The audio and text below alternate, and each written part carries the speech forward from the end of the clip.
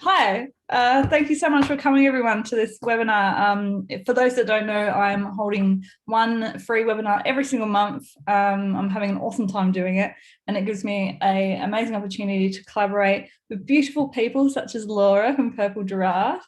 Thank you so much for coming, Laura. How are you doing?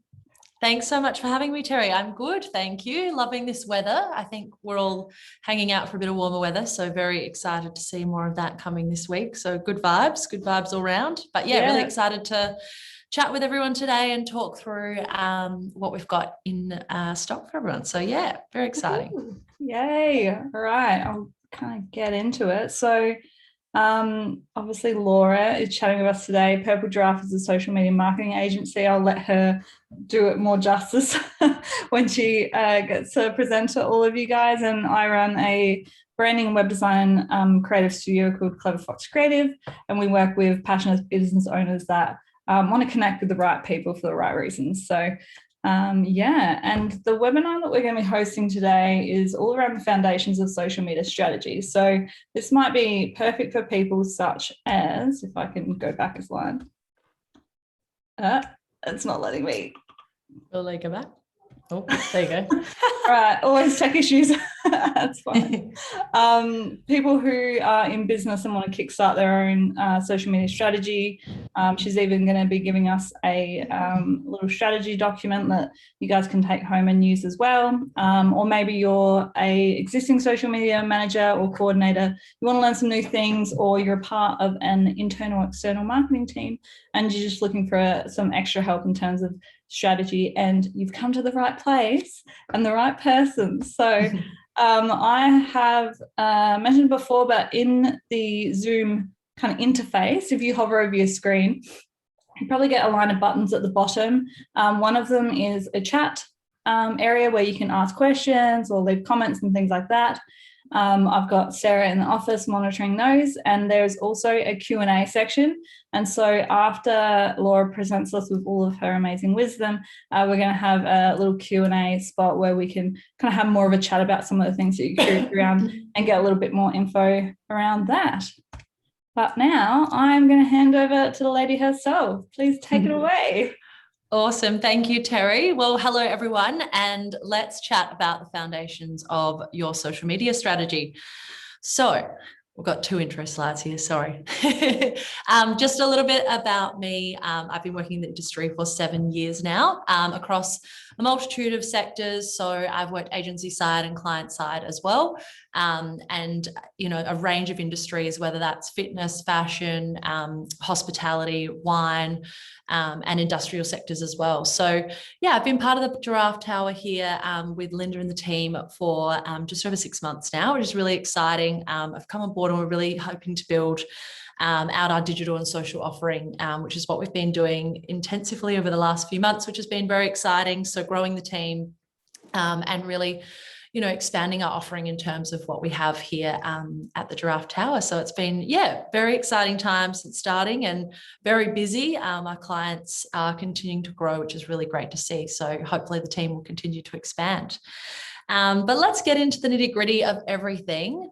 So here is just a bit of a basic background on your social media strategy. So this is really one of the most powerful marketing channels, your social media channel that you can use in this day and age. It is so essential to have as part of your marketing strategy and your overall business objectives and goals, but having that core social media strategy, ensuring that it's specific to your business or a client you might be working with, to really ensure that you're maximizing that activity.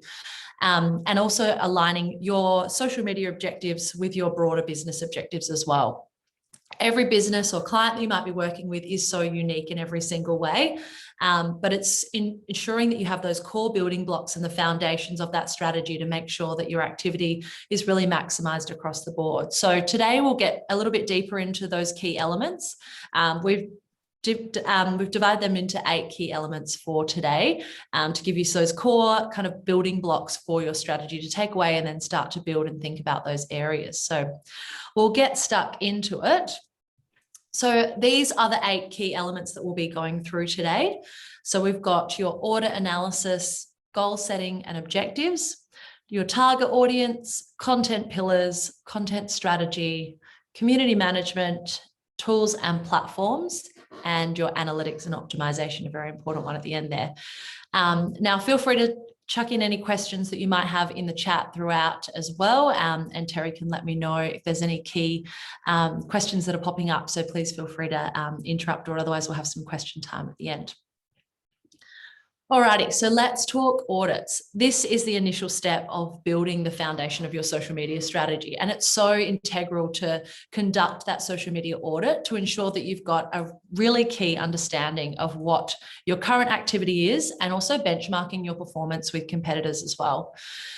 It's really important to review what's working well, what isn't, and what you could be doing better.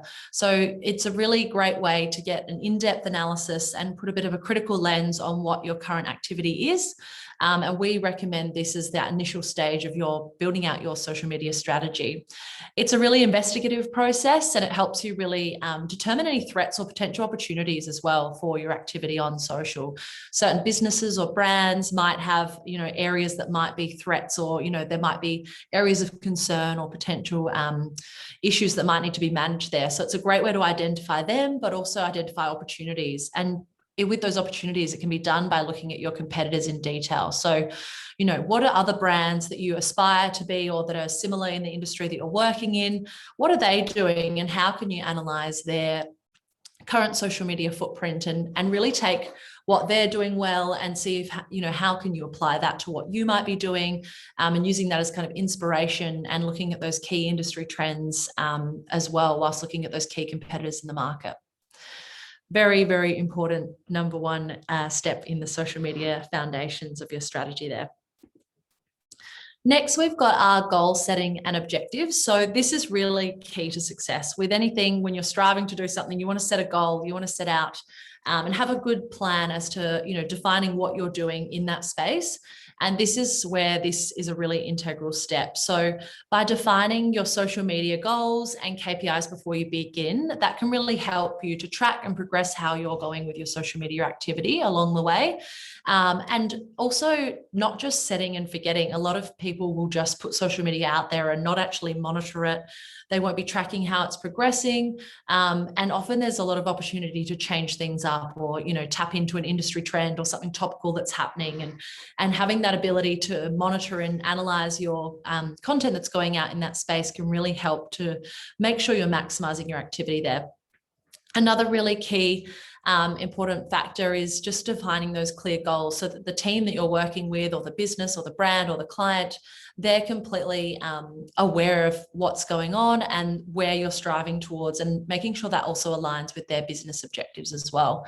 It's really important to focus your energy, on those key goals and KPIs, rather than trying to spread yourself too thin and, try and tick off all the boxes at once. So yeah, we'll kind of dig a little bit deeper into this again when we get to the reporting and analysis, which is the very final step.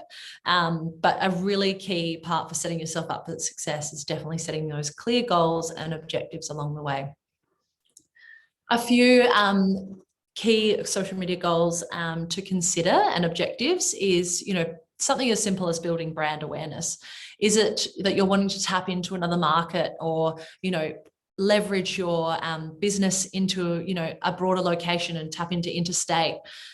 So building that brand awareness can be really key in doing that. It might be increasing meaningful traffic to the website. There's no point in just sending anyone to the website. It's about having that meaningful traffic of people that are actually going to act and, partake in what you're wanting them to do once they get to the website.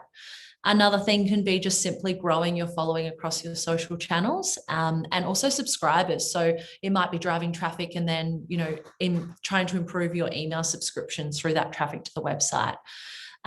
New customer acquisition is obviously a really important one as well. So definitely key, considering that as well. And that can be done, in a multitude of ways. Is it a social media competition?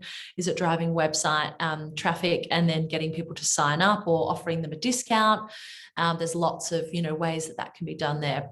But a main thing really comes back to, and we'll finish with that step, is guaranteeing that performance through that reporting. But you can't have reporting and success through that analytics unless you've got clear, defined goals set at this step. So yes, very important number 2 component of the foundations of your social media strategy.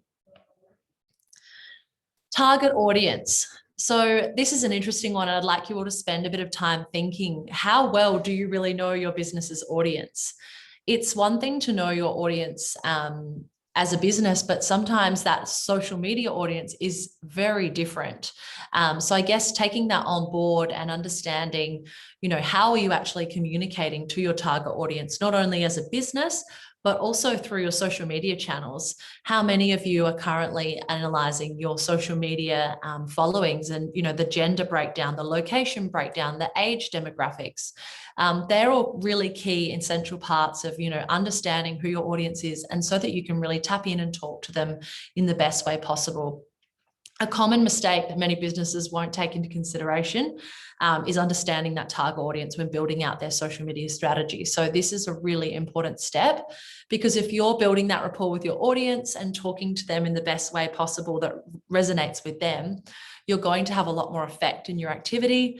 They're going to be saving your content. They're going to be sharing your content. It's going to be a lot more relatable. They're going to be engaging with it more. So that, really valuable information that's all at, easily at hand for, everyone with their channels needs to be analyzed and really looked into to make sure that you're maximizing that space and really communicating with your audience in a way that's going to resonate with them and build that rapport. Alrighty, next step is our content pillars. So this is a really important part of building out your strategy as we get more into the nitty-gritty of the content side of things. So your content tells the story of who you are as a brand, and it really helps to define your personality, tone of voice, but also your style. And it's really key in helping to convey your brand image and also talking to your audience in a way that's going to resonate with them. Similar to understanding that target audience, you want to make sure that your content's going to relate to them as well. So a lot of people will, often talk to multiple, content pillars. A lot of people will talk to one particular pillar. Sometimes it might be very sales heavy, but we recommend having variety in those content pillars. So ensuring that you've got multiple areas that you can talk to will mean that you have variety of content, but also it means that you've got areas that will fall under certain content pillars that you can then make sure when you're scheduling and planning out your content, you're not too heavily skewing your content, too sales heavy or, too education or team focused. That's a really important step in understanding what those content pillars are. So for example, it might be, for a brand, you might be talking about your team and the story behind the brand. If it's a family business, for example, that's a really important content pillar. But then what are your offerings? What is your services? What do you have to offer? That's another, key example, which you can then tie into multiple talking points, but it falls under that one content pillar. A lot of people really respond well to variety. They don't want to see the exact same content all the time. So that's really key in understanding those key content pillars and making sure that when you are planning your content, you have a variety and a range of content that you're kind of putting out there to your audience to make sure that they remain engaged and interested in what you're doing. Has anyone that's listening in today, has anyone recently gone through this process and planned out any content pillars, or is this something that someone's currently doing? I'd love to hear from anyone if they've got any off the top of their head that they'd like to share with us.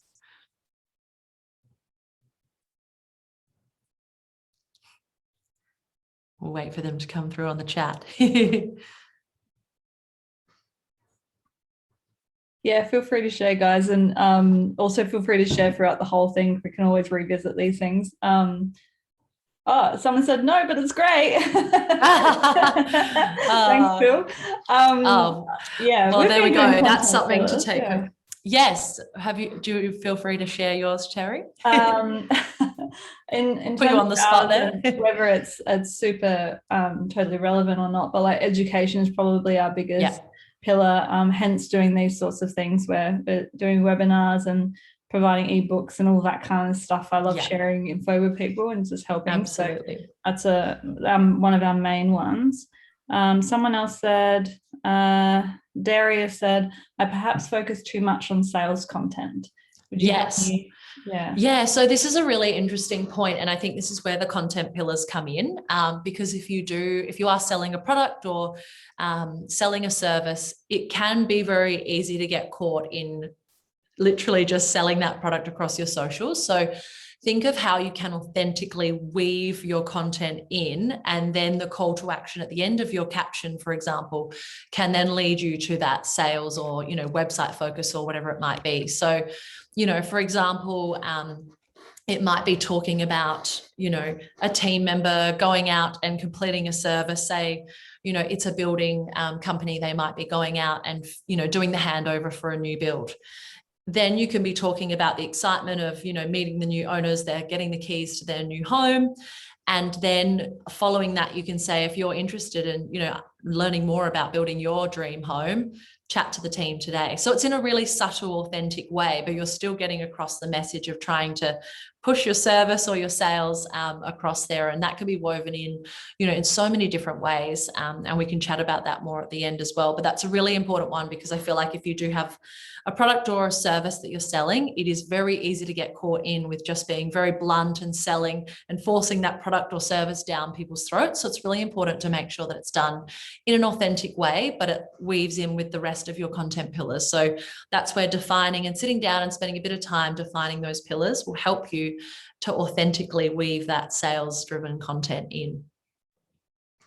Any others come through, Terry, or should we move on? Yeah, let's move on. There's a question, but we might address it at the end just so that we can go back over some things as well. Of course. Perfect. So content, this is obviously a very essential part of building out your strategy. And often, that first impression, when you're going on a social channel, you see their content instantly. You want to be wowed. You want to see that it's on brand. You want to see that it's consistent. You want to understand that there might be a golden thread there as well. And I think that's a really, really important part when planning out content and making sure it's on brand.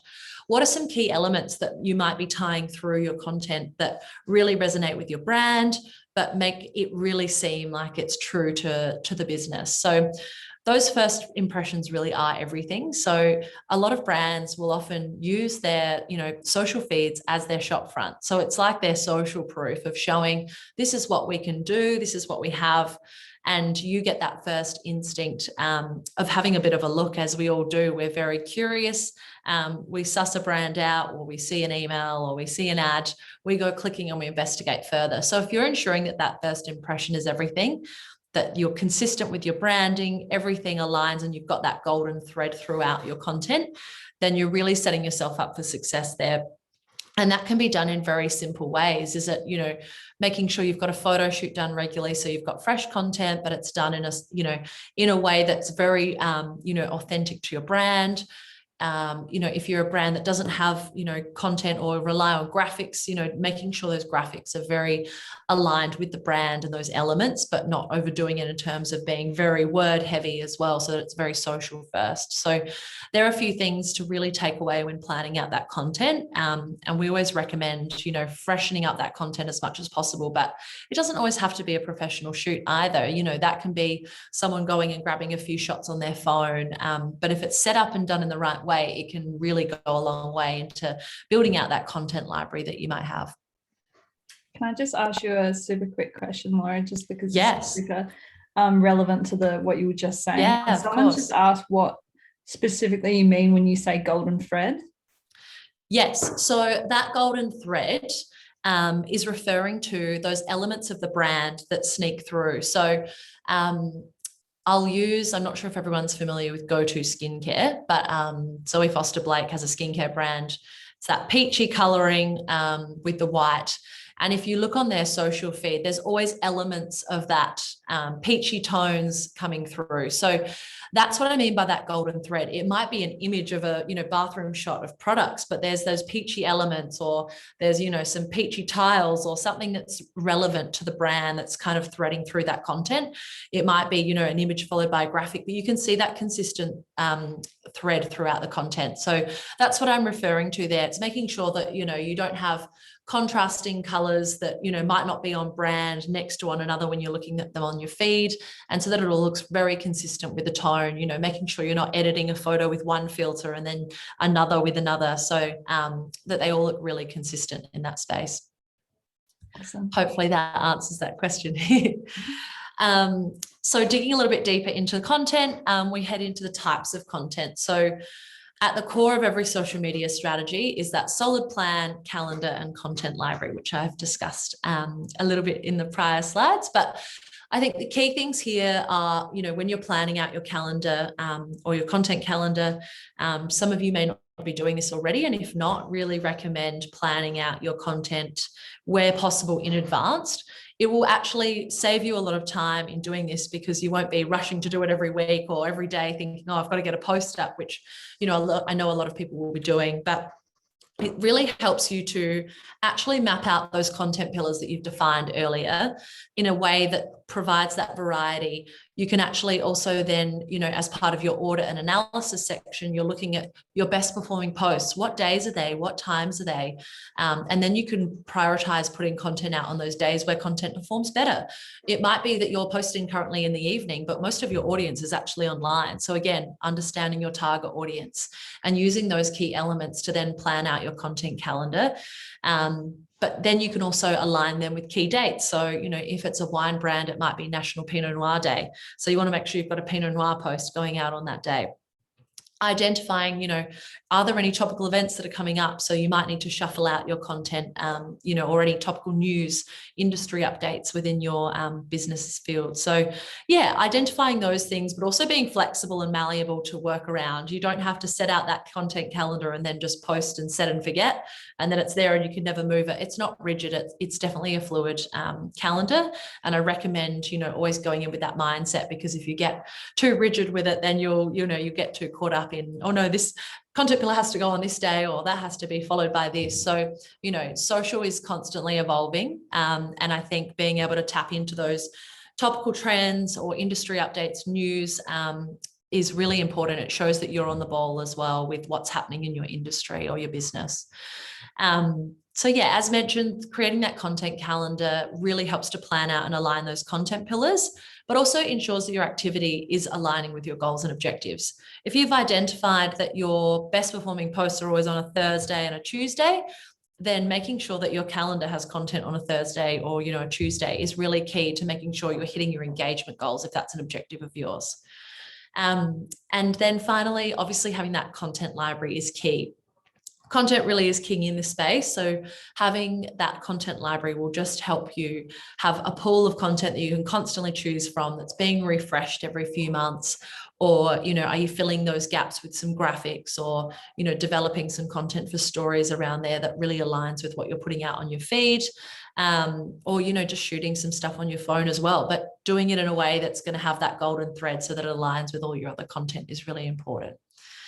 Does anyone currently have a content library that they use, or do they find that they're, kind of struggling to get the content weekly or monthly, and kind of, or are people using stock images? I'm really interested to hear what people are currently using. So feel free to chuck your comments in the chats, and I'd be interested to hear if people have a content library or what you're currently using. Just while people are doing it, do you have, what's your professional opinion around using stock photography for things like social media and stuff like that? Yeah, absolutely. I think certain brands do warrant stock images. We actually have a few medical clients, and it's very hard to shoot medical content and also get patient consent. So we require, stock imagery, but it's making sure that that stock imagery is on brand. So, we might take an element from that, but then edit it to change the background so that it's on brand, or add other elements to really ensure that golden thread is there. So yeah, I think in some spaces, I would generally, as a rule of thumb, try and avoid it where possible, but some businesses or brands just, are in a tricky position where they actually can't have content shot. So it's trying to work within your means of what you've got. But yeah, obviously understanding if there's certain things you can't actually go in and shoot, or, we had a neurosurgeon as a client. You can't go in and, take some shots while they're under the knife. It's a little bit tricky. So yeah, it always makes it a bit, a little bit. Awesome. Belinda, I think, has said our content is supplied by our exhibitors as a value add to our business partners, which is very helpful. Awesome. Yeah. And that's a great way, leveraging your content where you can. Is it that you're a winery, but you're actually stocked in multiple, restaurants or bars, and, utilizing their content if they might have any. So, it's really becoming quite investigative with what you've got out there and working with your stockists or, other businesses that might be posting something that's relevant to yours, and seeing where you can leverage that. Is it even just, reposting a meme that might be relevant to your brand, but it's very topical and on trend at the time? So, there's lots of ways to leverage that. And you don't always think you've got to have a perfectly, constructed photo shoot with really professional images. iPhones these days are amazing. The quality on them, of the content that you can capture on your own phone is amazing. So, using that as a tool, but setting it up in the way that has that golden thread, I think, is the key. Absolutely. Awesome. Alrighty, we'll move on to the next one. So community management, and this is something, again, I'm really interested to find out if our listeners are currently performing this.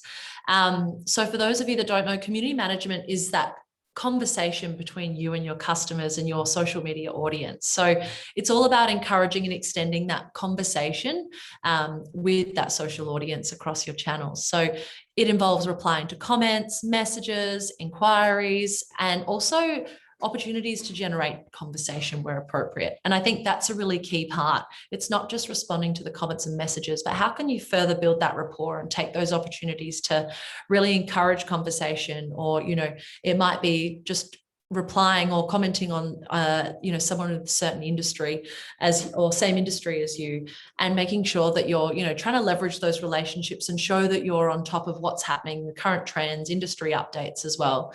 And that's probably more so a really particular component for LinkedIn, I think, is really in that business professional space, and thought leadership is really important as well. But across the board, it really helps to develop those quality relationships and build that rapport with your users, and also build that brand loyalty. Like I was saying earlier, a lot of people will go to a social media channel, and they'll go there as that shop front. They'll want to check out what's going on, what they've got to offer. And people will look at comments. People will look at, is it positive? Is it negative? Are they even being responded to? If you're seeing really positive engagement and that people are commenting, you think, oh yeah, they're obviously, building that rapport with their customers. They're, responding to them, making sure they're answered and feeling like they're a part of your brand. So that in turn really helps to boost your engagement. And if that's an objective of yours and you're not doing community management, then you're really missing out in this space. The more engaged you are with your social media users though, and similar businesses, like I mentioned, across all of your channels, it's the more chance you also have of your feed being, your content on your feed being seen higher up on others' users' feeds. So, it extends way further than just responding to those comments and messages. It's all about that management of conversation, but also negative feedback. And that's a really important part as well. So managing, any crisis control there. I've certainly had my experience with dealing with negative comments and how they're managed. And I think the best scenario there is taking them offline. So just making sure you have a process around hiding comments, or taking it offline and making sure you're responding in a message so that the customer's still, or social media follower is still feeling like you're addressing their concerns, but you're taking it away so that the rest of your audience can't see what's going on there. And then finally, also the management of your hashtag strategy. So it'd be really interesting to hear as well if anyone's got a current hashtag strategy and what they're using in that space, because this is a way to have some key core hashtags that relate to your brand that you can then monitor. This could be utilizing them for, content. It might be that you have a hashtag, for a competition you're running, and then you can use all of the user generated content from your followers that are using that hashtag and then reposting that on your feed or your stories. So having those key hashtags is a really important element and really ties into the community management side of things. So yeah, it would be really interested to hear who's currently, doing community management from our listeners, and also if anyone has a hashtag strategy, please do tell. To give you guys a bit of background, I forgot to mention this before, but Laura is doing our social media strategy. Yes. And the funniest thing about the community management thing was when a large amount of our comments on our posts is just my mum. So I saw a comment that said, "Thanks, Kelly." I had to call my mum. I was like, "By the way, it's not me." But yeah, I've got a lot of fans, mostly my mum and my grandma. So yeah. Oh, we'd be upset if they weren't commenting. Can I just ask as well, in terms of negative feedback and things like that, obviously comments is one thing, but how would you respond to negative reviews where you can't necessarily hide or remove them? Absolutely. I think addressing it in, a very simmered down way. You don't want to go back in an aggressive way by any means. You want to make sure that you're making them feel like they're being heard. So, we have a few hospitality clients, and there might every now and then be a negative review. So in that situation, we would say, "Hi, Jim, we're really sorry to hear that you had this experience and that you felt this way about the service or product or whatever it might be. Please get in contact with our team so that we can get to the bottom of, what happened, or, take it offline, or if it's something where you can offer, a discount potentially for their next purchase, things like that, so that they feel like they've, been addressed, their problem's been heard, but you're also addressing it in a way that's, public to everyone, so that if someone else sees the way you've handled that, they're probably going to admire that a business has gone in and handled it in the way they have. And I know we have that a lot with hospitality clients, because you get people of all sorts writing reviews sometimes.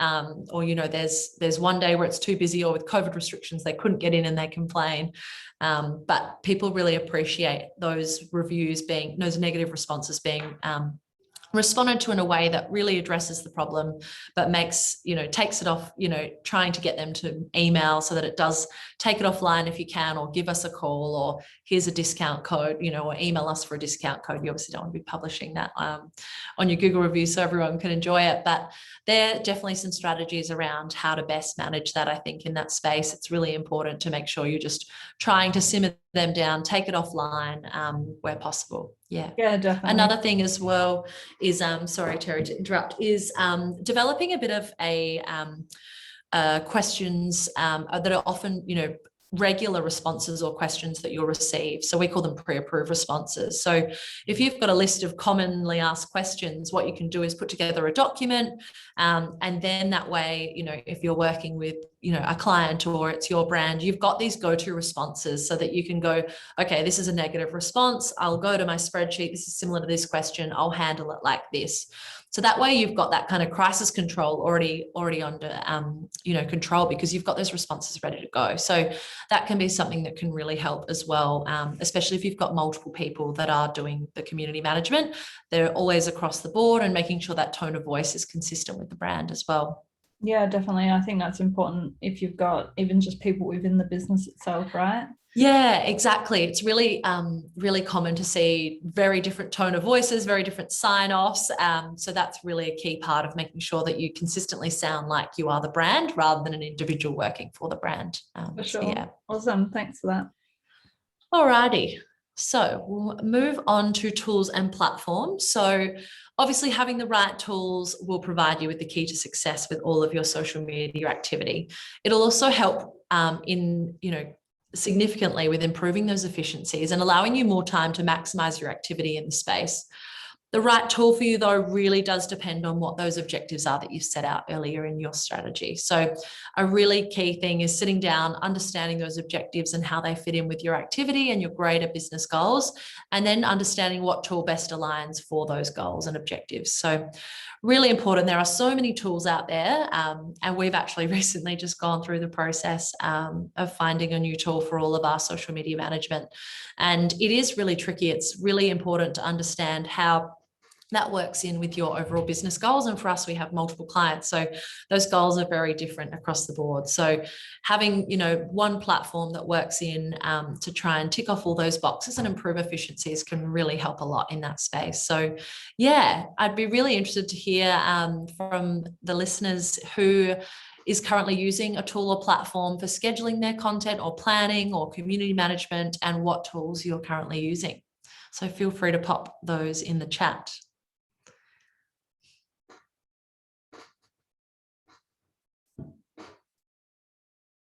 We got none yet, but I'm currently using Later. Yes, which seems pretty decent. So yeah, Later's really good, especially for the like publishing, planning, and scheduling side of things, and also for stories. Obviously, a lot of you would probably know that with Instagram, the API, some of these tools and platforms, you can't automatically publish across Instagram, to stories or posts sometimes, or carousels. So Later's quite good in that sense. It's got the manual push notifications to your phone, which can really help, and then it just automatically loads it in app. So yeah, Later's definitely a really good one. And also planning out the feed and how that looks is, great through there, and the reporting as well. Yeah, definitely. You can come see it all laid out really nicely. Yeah. Good. Yeah, so we've got 2 other people that also use Later. So yeah, someone said, there I you like go. seeing how it'll look in my feed before I actually post it, which is yes. really cool. And I think that's a really important thing to touch on as well, going back to that content and how the feed looks, because you can really tell if you've got that golden thread within your feed and your future activity of what's coming up and what's about to be, going live, because that is really key in, especially, more so Instagram than the other apps. But if you don't have that consistent feed or that golden thread, it becomes really obvious when you come to your page. So really important in being able to plan out what that grid looks like, and understanding how that golden thread is going to fit through in the best way possible. And Later, does that really well. But, if your tool doesn't have that as an option, even just jumping in Canva and putting a grid together so that you can just drag and drop your images and seeing how that looks is another simple, cost-effective way to kind of work around that, but also, make sure you're ticking the box with that golden thread. Yeah, awesome. Alrighty. So the final step of your foundations of building out your social media strategy is reporting. And this is an area that I'm very passionate about. I've got a weird love for numbers. And I think understanding your analytics of what is performing well, what's not working so well, and then actually optimizing your activity based on those results is the key to success with your social media strategy. Like I said before, it's not just about setting and forgetting. You want to make sure that if there's an opportunity to optimize your activity in any way possible, that you're doing that. So that's where reporting and really analyzing that data comes into play. You want to track your performance. We love to benchmark and see where we're sitting. So doing that with your reporting and where you are, previously month to month or year on year, or over the quarter, is really important to look back and also then see how far you've come with your activity as well. But then, like I mentioned, that optimizing activity and those opportunities to really take your social media activity to another level based on these results is really important. If you've constantly got a post that is in the worst performing posts and you keep repeating that post, there's no reason why you should be doing that.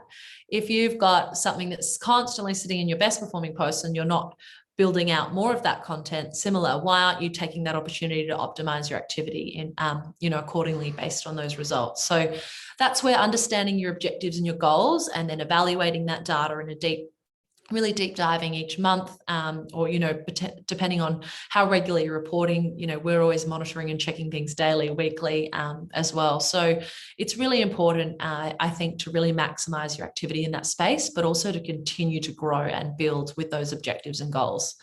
And also it's really important, I think, as part of this, and it might not be something that you do monthly necessarily, but looking at your competitors and benchmarking where you are. So, we do that as part of that audit step, but how regularly are you checking in and seeing how you're performing in regards to them? And a lot of the platforms out there today will have benchmarking as an option, so that you can review some key competitors that you might be looking at and then see where you're sitting within there, maybe looking at what's really working well for them and how can you leverage off of that performance as well. So That takes us to our 8 key elements of our social media strategy. So we've gone through audit and analysis, goal setting and objectives, building out that target audience and understanding them, content pillars, and as well your content strategy, community management, tools and platforms, and then finally the analytics and optimization. So there we have it, the final key elements. So I think it would be really great, for you guys to all go away, absorb all of the information from today, and start to think about these elements and how you can build out your own social media strategy. And we've also got a bit of a resource that Terry will send around after the webinar's over as well. But it's a bit of a social media map, and this is kind of a top line social media strategy for you guys to take away. And, in this first instance, just look at what these key elements are, for where your activity is going, so that you can try and really maximize in that space. So, it's coming down to your content tone with, trying to analyze and define your brand voice and personality. What is that target market and that audience that we discussed, and thinking about that with a social lens? What is your current social audience? Looking on the platforms, you might find that you thought your audience was more male skewed and it's actually female skewed. So how are you changing your content according with that? Also geographical, behavioral, things like that as well. What channels are you currently on? Is there an opportunity to maybe, branch out and look at new platforms? Content themes, that's, really speaking to those content pillars. So try and identify 3 to 5 key themes or pillars that will really help with guiding your messaging and planning out your content each month. Objectives, this is obviously a really important part. What does success look like for you in that social space? Sources of content, that's obviously something we've tapped on with that content library, but is it, you do need stock images, or is it user generated content that, you're really relying on the people and your audience out there that are tagging you in photos? Is it graphics? Is it, professional content? There's so many different options there. So what does that look like? And then the format of that, is it images? Is it graphics? Is it video? As we're seeing, especially Instagram, move more into that, prioritizing video content. Is that fitting in with your overall strategy? And frequency, a really important step. How often are you posting? You don't want to saturate and bombard your audience with too much content, but you also don't want to be under, missing out on opportunities because you're not posting enough. Hashtags, making sure you've got those desirable branded hashtags that we all love, but what are maybe some other hashtags that you could be leveraging off of something topical or geographical that will relate to each post? Don't just post the exact same hashtags on every single post. And then the team, I guess, understanding who will have access to who's managing what, and if it's just you on your own, then how are you managing all of that and that breakdown of time? And then also the budget as well. If you're doing any advertising, understanding, in that space, how much do you have to work with? Because then your objectives will, potentially change depending on your spend. So yeah, a really top line kind of way to look at your strategy as a whole. But then I would definitely recommend, deep diving into these key elements that we've gone through today and making sure you're, actioning that strategy at some point, because it really will set you up for success. So, yeah. Okay, that's awesome. Thank you. Thank you so much. I have a tremendous amount of questions to ask you now. Yes. I also wrote so many of my own notes. I love it. We can chat after anyway. Yeah, too. This is the other good thing about doing these webinars is, I'm just getting free education for myself.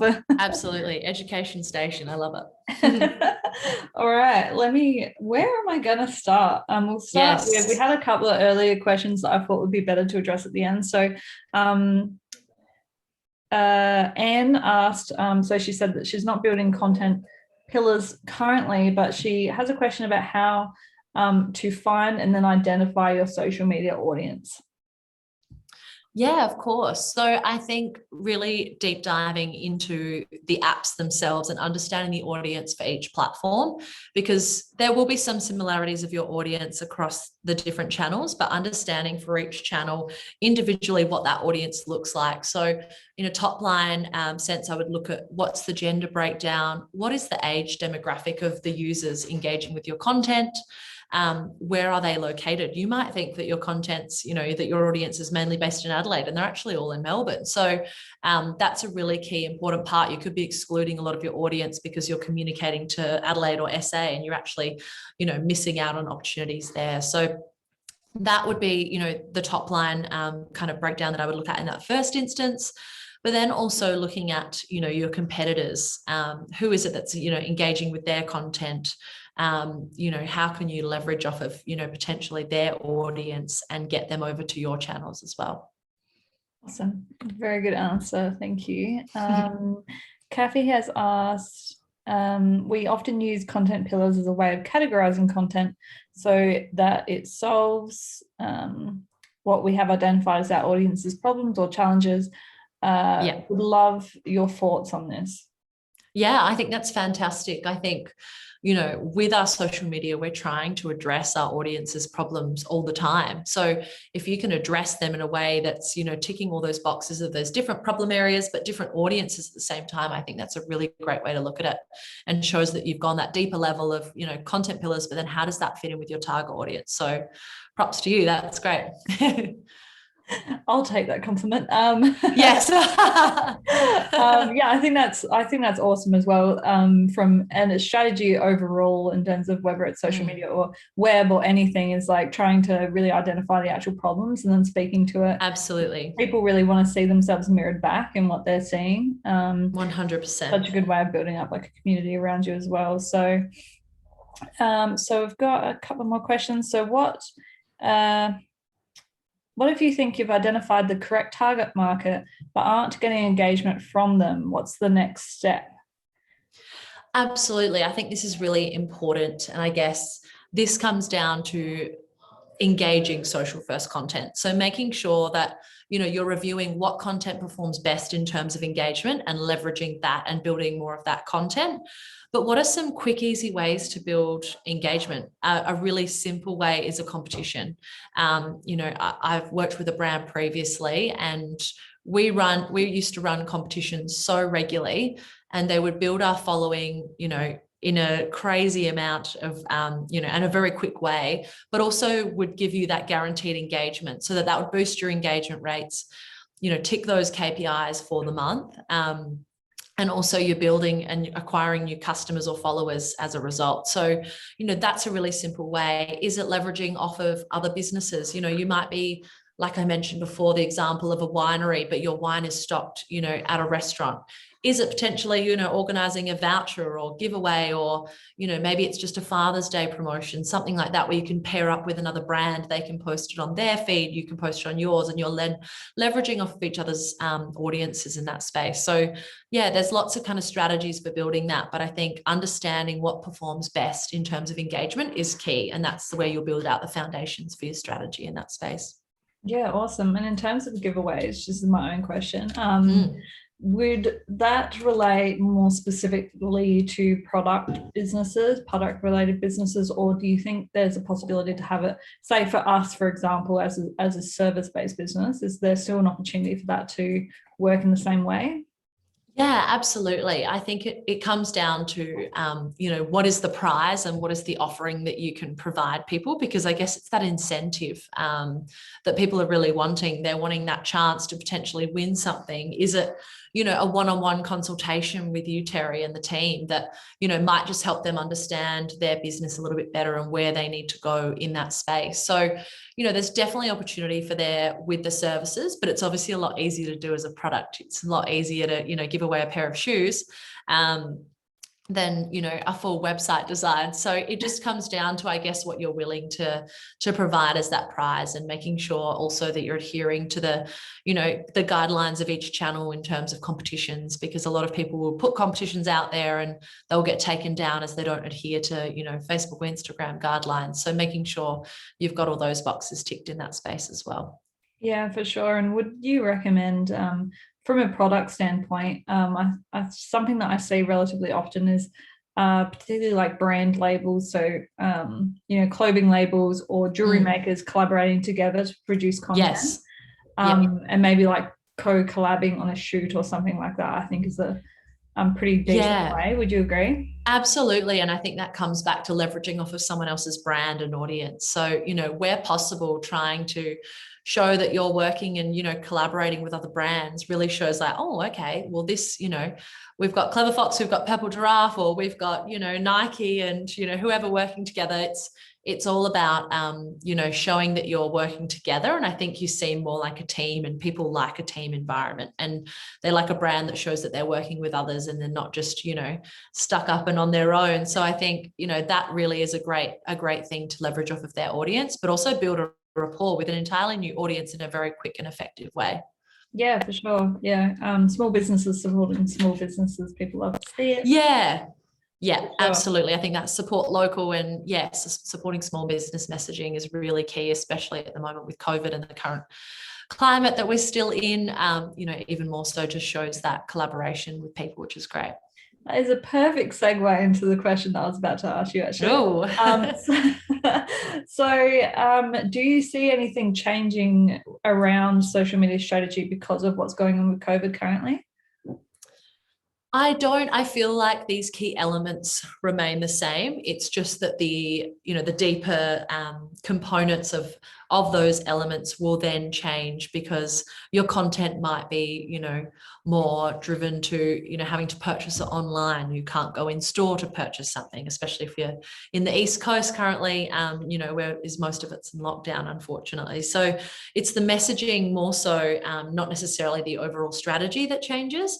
But again, obviously making sure that, which I think most of us have gone through now, what is it, nearly 18 months of living with COVID. So, I think everyone's, already gone through that pivotal stage of adjusting and, understanding how their business works in this environment. But, who's to say there could be another thing that comes along, in a few months, fingers crossed not. But, I think everyone's kind of gone through that crisis management and understanding and how, knowing how to pivot in these times already. So I don't see it changing the overall strategy. It's, those elements are very key in that space, but your audience might be different. Your call to actions might be different. Your content might be different, and understanding that space, and obviously having sympathy with certain people, not, saying, if you've got a global business, in Adelaide here, we're able to go out and about and life's relatively back to normal. But, if you're communicating like that to your audience and you actually have a target audience in Sydney, you're going to alienate those people. So just understanding, I think, those deeper elements of each section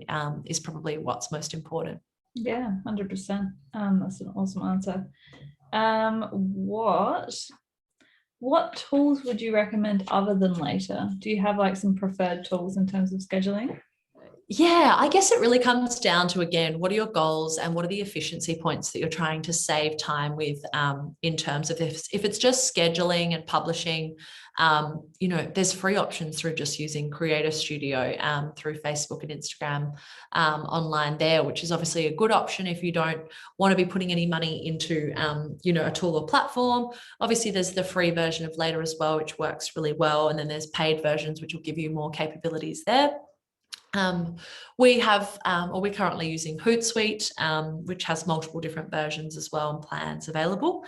But for us, we use it on a much wider scale because we have the publishing, the scheduling, we're sending all our content out to our clients. We're also community managing in Hootsuite. We're reporting in Hootsuite, and social listening as well. So it just really comes down to, I think, what are your objectives in terms of your activity, and making sure you have a tool and platform that will set you up for success with those. Yeah, definitely. Which is again, perfect segue onto the thing, which is in terms of reporting. What tools would you use for that, or would you just rely on the in-app reporting? Again, I guess this comes down to those objectives, because some objectives can easily be monitored in-app directly. But I will typically always recommend a tool that will bring all of those elements together, whether it's reach, follower growth, engagement, and what is your best performing content based on? Is your best performing content based on engagement? Because some apps like Later will report on that really well, and you can filter from best to worst content each month, whereas some won't do that quite as well. So it really comes down to, I think, understanding those objectives. So kind of similar to the previous question, but once you understand those key objectives and understanding, what is it you're wanting to report on and your activity, then you can choose the best tool for you. And I'm happy to, discuss and chat with anyone after as well if they do have any questions about what might suit them. But it's tricky without knowing those specific objectives and goals there. Yeah, for sure. And something that you mentioned before as well was benchmark reporting, which I'm assuming is based around competitors, right? Yeah. Which platforms in particular offer that as a reporting kind of metric? Yeah, so the ones I've used in the past are Falcon has just actually bought, I think it was called Unmetric, but that was a benchmarking tool. So they've acquired that business, and that's now part of their offering in that space. But you can actually purchase that separately, the benchmarking tool. And that can be something that can, really help align with your broader business goals. So I think the benchmarking piece is really key in determining your success and your growth and what you can do in this social space, but also aligning with your broader business goals. Social Bakers is another one that I've used before in the past, which does really extensive benchmarking of competitors. It'll also benchmark like your best performing posts against other brands. So I used to use that for a beer brand. So we, pop all the beer brands in there and it would review all the content. It would actually look at paid versus organic as well. So yeah, really in depth in terms of the content there. So really just comes down to, again, I think what you're after from that benchmarking. But if it's something that you can do, I think it's a really useful way to, set yourself up for success by tracking that performance, but also leveraging off of what other people are doing and understanding what's happening in that competitor space. Yeah, for sure. I'm still writing notes. Awesome. Seeing as we're almost wrapping up for an hour, I've just got one last question, which is posting every day too much, or is it you get a lot of mixed feedback around? Yeah, look, I think it depends again on what your goals are, because if your goal is to reach as many people as possible, then maybe that's a strategy that works for you. But you might find that the weeks where you post less, you actually have better performing content, or it's more engaging, or it's actually reaching more people, because it's, you really need to be careful not to bombard your audience too much. But I used to work with a brand where we would post 3 times a day, every day. So, there's some businesses where it is actually very, relevant to do that. But then others where, we might only post, twice a week. And I think it really comes down to what is your brand, who is your target audience, and what are you trying to actually get out with your content? Is it more engagement? Is it reaching more people? Is it just to, simply just get it out there? You just need it in that space. We have a few clients where they just need to be present on there. It's not something they're trying to, get thousands of followers on. They just want to stay present, so that if someone looks up their business and they, get most of their leads or their new business through Google or, word of mouth, then at least they're covered, and people, when they go and look for that social proof, they can see that they're active in that space rather than struggling to find someone.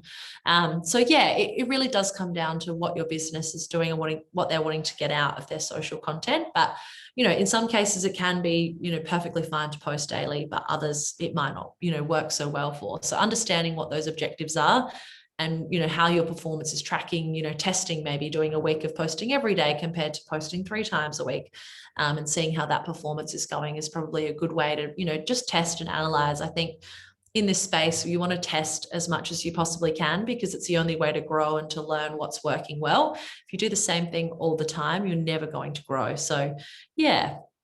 Love that advice. Yeah, just have a go. Otherwise, exactly. So worst case, you can just take it down. It's it's not like it's there forever. As long as it's nothing that's going to go viral or be inappropriate, we don't recommend that. But there's no harm in just putting something out there and testing it. And I think that's where you do need a bit of trial and error sometimes in this space, because sometimes it can really pay off, and then that might become your best performing post moving forward. So yeah, it's all a bit of trial and error sometimes. Awesome, love it. And is there any final thought or advice that you'd like to leave people today?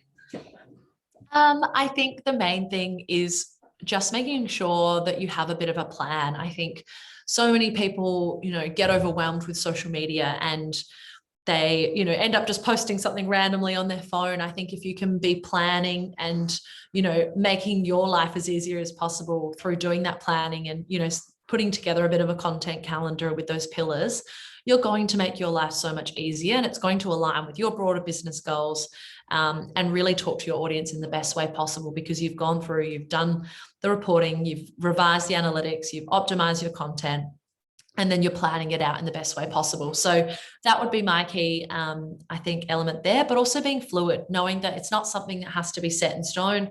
If something pops up on that day that's topical, or, you know, it's someone's birthday and you want to post about it, then that might be relevant to you, and that might be a situation to shuffle the calendar. So yeah, that'd be my words of wisdom to take away. And then really making sure, if you can, take away some time, sit down and really review these elements in detail so that you can start to build out your own social media strategy, because yeah, it really will help in terms of elevating that activity in that space. Amazing. Thank you so much, Laura. Thank you for coming along as well. I really appreciate you. Thank you. All this amazing wisdom onto everyone today. So I'm sure that everyone loved it as well. And I would love to get everyone's feedback as well. Please feel free to shoot us an email.